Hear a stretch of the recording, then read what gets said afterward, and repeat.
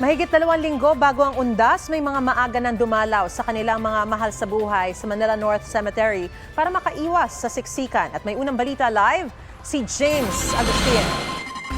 James, good morning! Maris, good morning. Hanggang October 25 na lamang papayagan yung paglilinis maging mga pagpipintura sa mga puntod.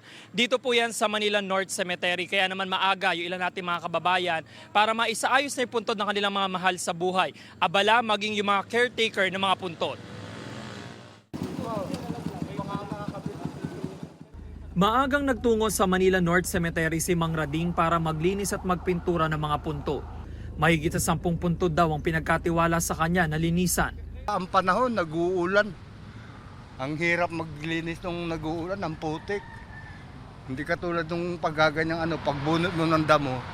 Eh, may halong putik na kapag sama ng panahon natin, minsan nag-uulan sa hapon. Tumatanggap din daw siya ng trabaho kung may gustong humabol na magpapintura ng puntod. Lalo pat hanggang October 25 na lang ito maaaring gawin.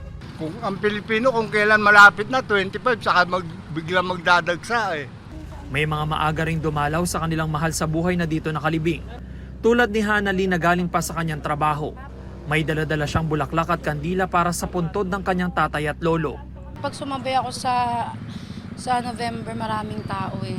Crowded, tapos mahirap, tapos lalo pag may mga bata nakasama.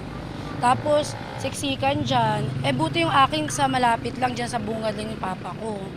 Hilera ang mga nagbebenta ng mga bulaklak at kandila sa labas ng sementeryo.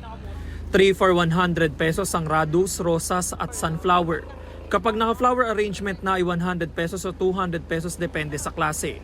Ang kandila naman mabibili sa 20 pesos hanggang 200 pesos depende sa laki. Sabi ng mga nagtitinda, matumal pa raw ang bentahan.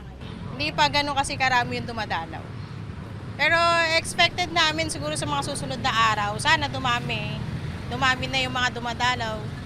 Kasi mag-uundas naman na eh.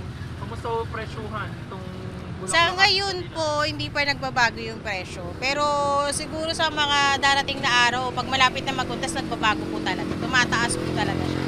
Sa abiso ng Manila North Cemetery, wala munang libing mula October 28 hanggang November 2. Bukas ang sementeryo sa October 30 hanggang November 2, mula alas 5 ng umaga hanggang alas 5 ng hapon.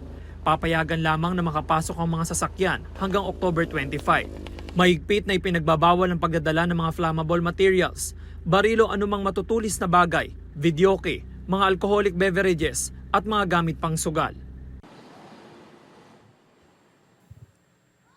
Samantala, Maris, ngayong umaga ay marami-rami na yung mga nakita natin na mga naglilinis ng puntod at nagpipintura dito po sa Manila North Cemetery. At kapansin-pansin din na labas-masok pa yung mga sasakyan dito pero papayagan na lamang po yan hanggang sa October 25. Yan ang unang balita mula rito sa Maynila. Ako po si James Agustin para sa GMA Integrated News.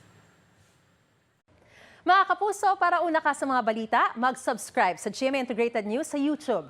Sa mga kapuso abroad, subaybayan niyo po kami sa GMA Pinoy TV at sa www.gmanews.tv.